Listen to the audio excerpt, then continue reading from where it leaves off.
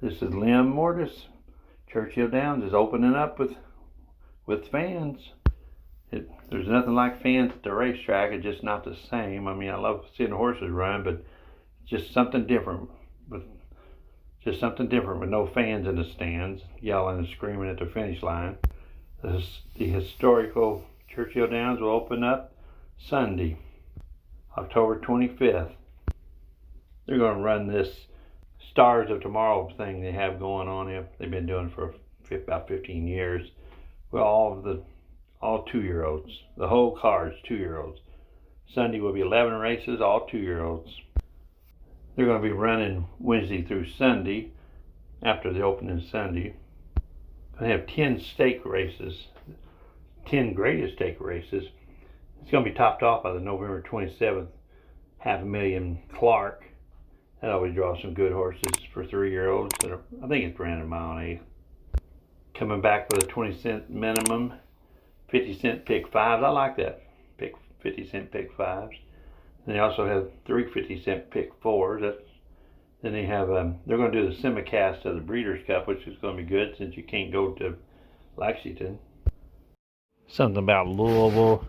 The whole city, it's a medium-sized city. I don't know. I'm just going to guess, say 300,000. And cities like Henderson, Kentucky, Evansville, Indiana, across the river, the whole town comes alive when the racetrack's open. And Louisville's really big on it, and it's just something special about it. We used to, as a kid, my dad and uncle and them would be working on the backside, and we'd run, fool around, play. And then we'd head to the track when it opened and pick up tickets off the ground, the old style.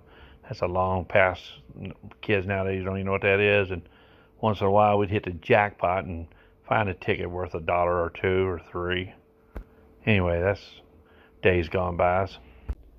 In my opinion, that's one of the best tracks in the world. I mean, I've been to probably not all the tracks, but I've been to all the big ones. And even though I enjoy little tracks, something about Churchill Downs, the history.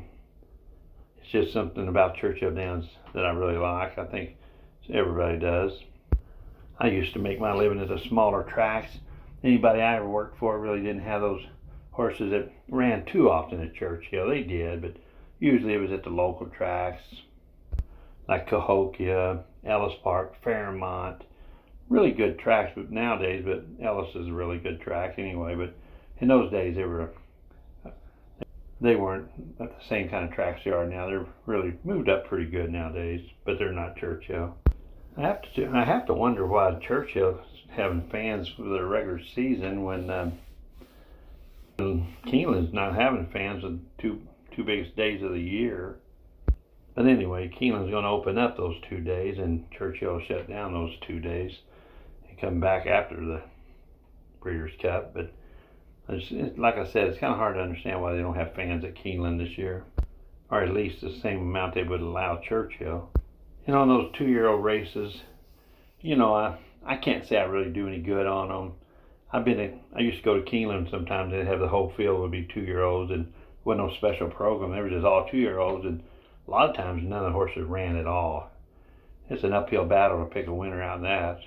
Well, I plan to make the drive to Churchill at least once or twice this year. I'm a lot further off than I used to be. Well, good luck, everybody.